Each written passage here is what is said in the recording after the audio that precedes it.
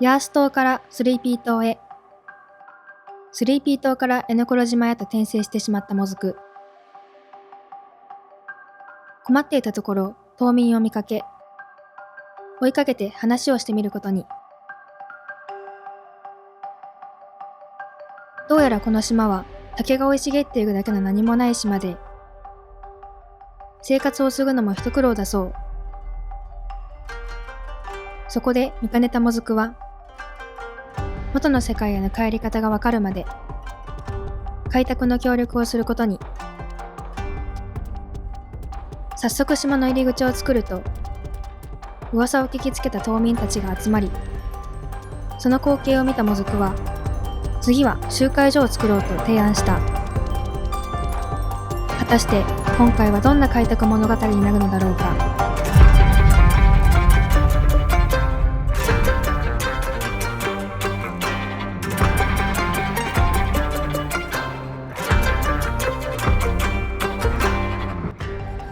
こんにちは、もずくです。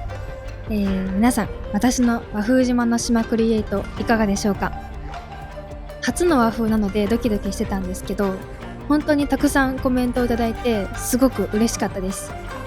改めて、和風がテーマの江ノコロ島はストーリー性を持たせた島クリ動画となっております。島での暮らしや島民たちとの出会い、結末までぜひ楽しんでいただけたらなと思います。第1話で島を豊かにするためにまず入り口作りから始めたので、島民たちが協力して話し合いができる場所を作りたいということで、今回は集会所を作っていきます。それではどうぞ。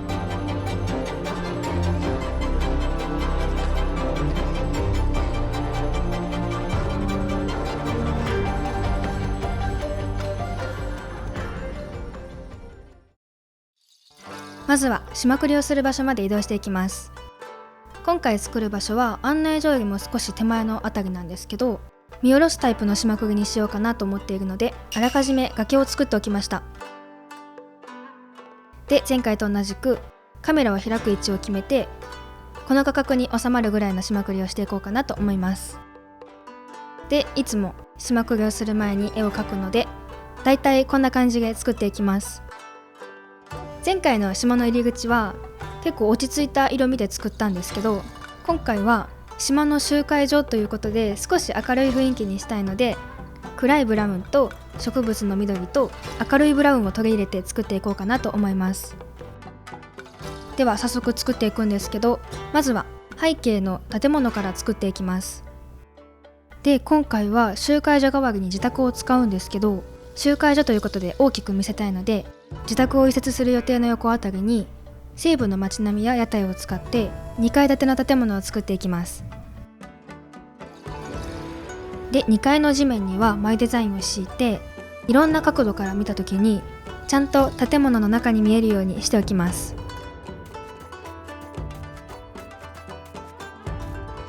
で、一番手前には柵を立ててベランダのようにしておきます。で、今回2階建ての部分は1階に置いた屋台のすだれの前デザインに合わせて東屋を置いてみました。引きで見るとこんな感じです。どうでしょうか。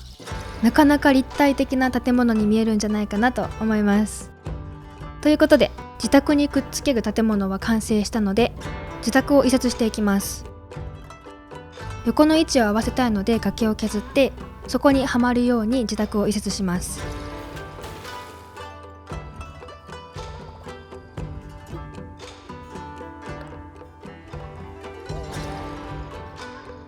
すぐとこんな感じになりました。ちょっと暗くて分かりづらいんですけど、自宅の外観と隣の建物と色味を合わせておきました。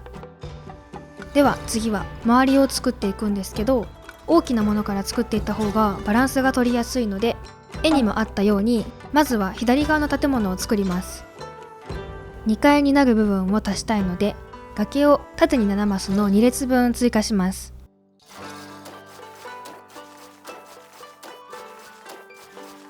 で、今のままだと手前側がパツッと切れすぎているので、6マス横に足した角のところは削っておきます。では集会所の横と同じように西部の街並みと屋台と東屋を使って建物を作っていきます。で、集会所の横の建物はもう後ろ側は行けないようにしようかなと思っているので、あれで完成なんですけど、今作っている建物は前後左右どこからも見えるような場所になるので、どこから見てもちゃんと建物になるように作っていきます。ってなると、東屋の数と西部の町並みの数を合わせなきゃいけないので、なんとこの建物で東屋を4つ使います。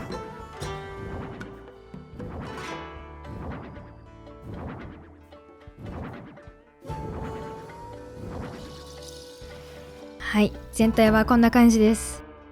まだまだ全然完成ではないんですけど、この時点で東屋を6つ使ってます。このエリアだけじゃなくて、多分他のエリアでもたくさん登場することになると思うんですけど、東屋を使おうと思うと1つ5000マイルかかるので、今後が少し怖いです。ではまだまだ建物を作るので、さらに2つ東屋を追加します。そのために東屋を置くところの下にマイデザインを敷いておきます。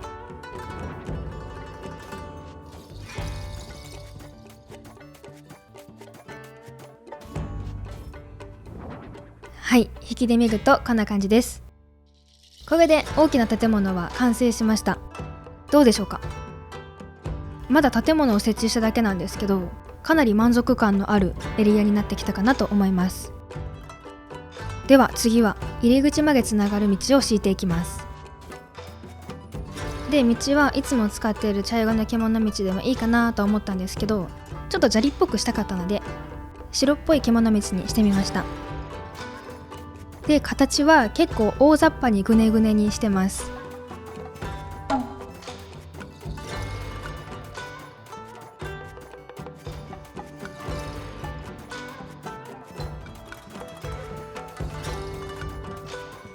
で、建物の前だけは集会所ということもあって結構広めに撮ってます。なんかイメージ的にみんなが集会所の前でもおしゃべりできるみたいな場所として広くしておきました。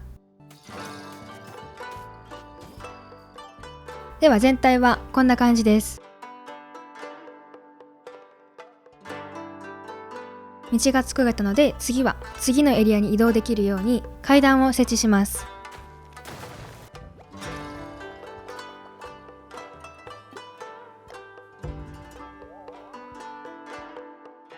で、入り口と今回のエリアのつなぎ目は一体どうするんだろうなって思ってた方、もしかしたらいるかもなんですけど、案内所が結構がっつり見えているので少しだけ隠したいなと思います。やっぱ案内所自体が結構施設って感じなので、手前の方も小綺麗に整えてしまうと、なんかその江戸時代の設定からは少し離れてしまうかなと思うので、案内所の前を全部は隠さないんですけど、片側だけ崖を使って少し行きづらくします。なんか簡単に言うと、案内所前に小さな山を作るみたいな感じです。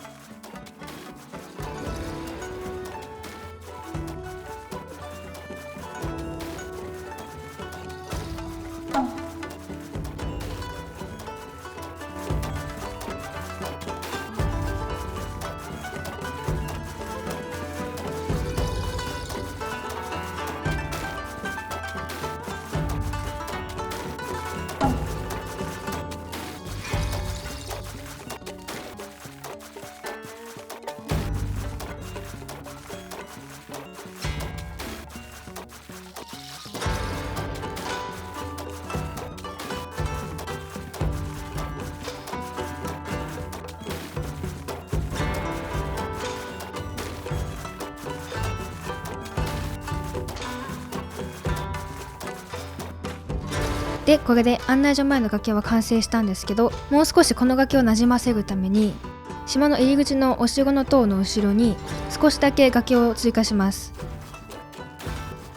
そうすることで、小さな山と小さな山の間を歩いて案内所にたどり着くみたいな感じになるかなと思います。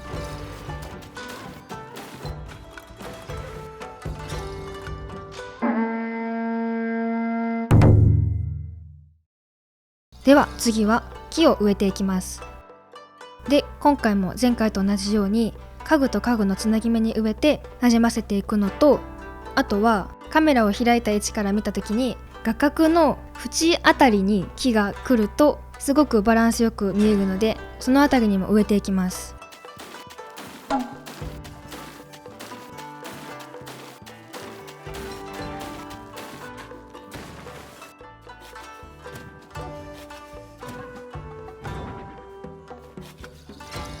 と思ったんですけど、すごく植えたい位置に植えがなかったので、坂を左に少しずらして木を1本植えます。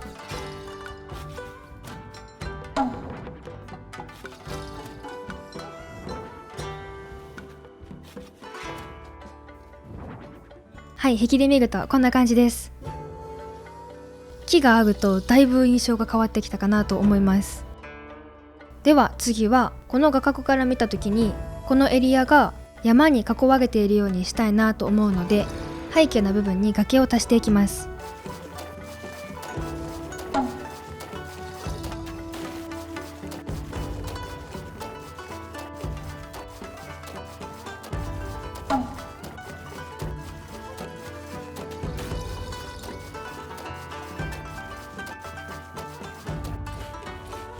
まず手前から見える部分はこんな形になりました。で、さらに奥に7マス追加して、全体はこんな感じです。ではここからタイトルにもある通り竹やぶに囲まれたという風にしたいので、3段目に竹をとにかく植えれるところまでいっぱい植えて、植えれないところは松を足して、地面から近いところにも密度を出したいので低木もたくさん植えます。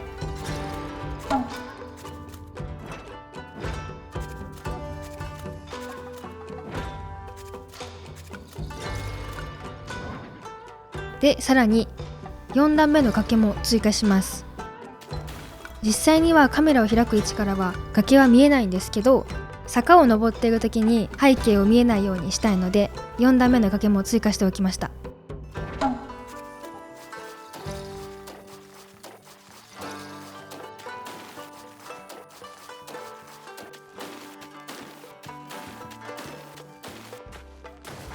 で、2段目と3段目の間らへんは滝や低木で埋めておきます。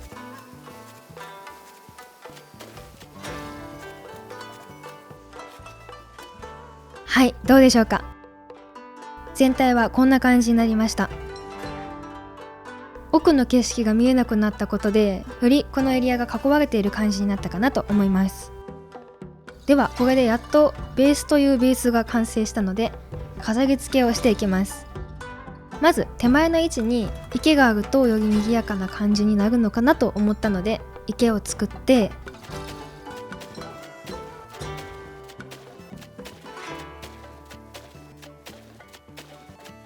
でその近くに風車を置きます。多分皆さん和風なのになんで風車って思ったかもしれないんですけど、水場の近くに置くことで水車に見えないかなと思って置いてみました。で、さらに低木や自然な家具を使って空間を埋めていきます。で、私いつも自宅の近くには絶対物置を置きたいタイプなので、物置も竹の中に潜ませておきます。で、あとは2階建てと崖との間に階段ダンスを置いて崖の上に登れるように見せます。で、さらに屋台の中にも家具を追加して、その前には島民たちが座って外でも会議ができるようにしておきます。案内所が近いので座ってくれないかなとも思って置いてみました。では全体はこんな感じになりました。雑草もここから見えるところにちょこっとだけ追加してみたんですけど、全体的にもうちょっとだけ明るい感じにしたいなと思ったので、なんと私にしては珍しくお花を植えます。はい、どうでしょうか。アネモネを植えてみました。アネモネって多分洋風のお花かなと思うんですけど、道端に咲いてる小花っぽく見えないかなと思ってアネモネを選んでみました。ではこれで奥のスペースは完成したので、手前側を作っていきます。まずずーっと横に道を敷いて、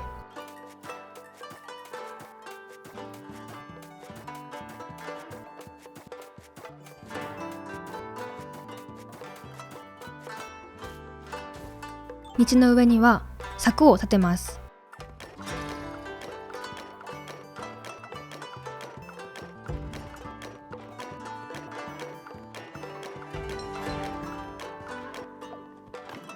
はい、こんな感じになりました。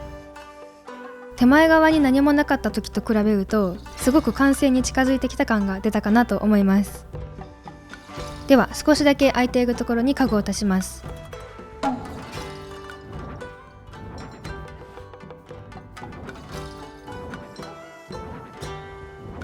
全体はこんな感じです。これで完成でもいいっちゃいいんですけど、歩いてみると全く手前側が作られてない感じがすごいので、歩いて見える部分だけ作っておきます。まず崖が今パツッと切れている状態なので、少しいびつにして歩いた時に見えるように竹を1本植えておきます。で、崖をいびつにしたところには3段目も作って、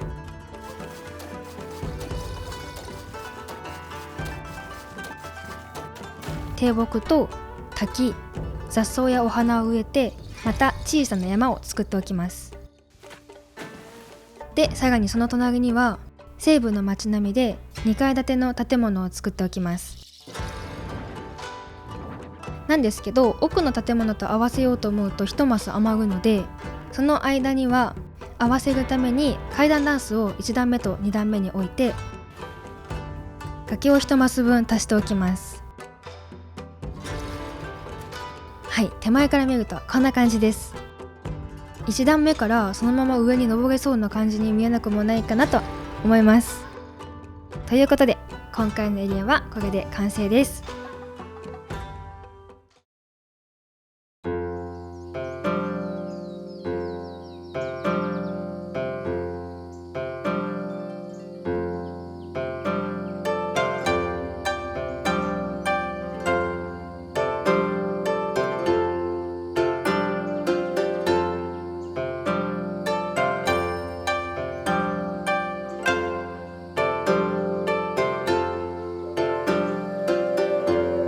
いかがでしたでしょうか。今回は島民たちが集まれる集会所を作ってみました。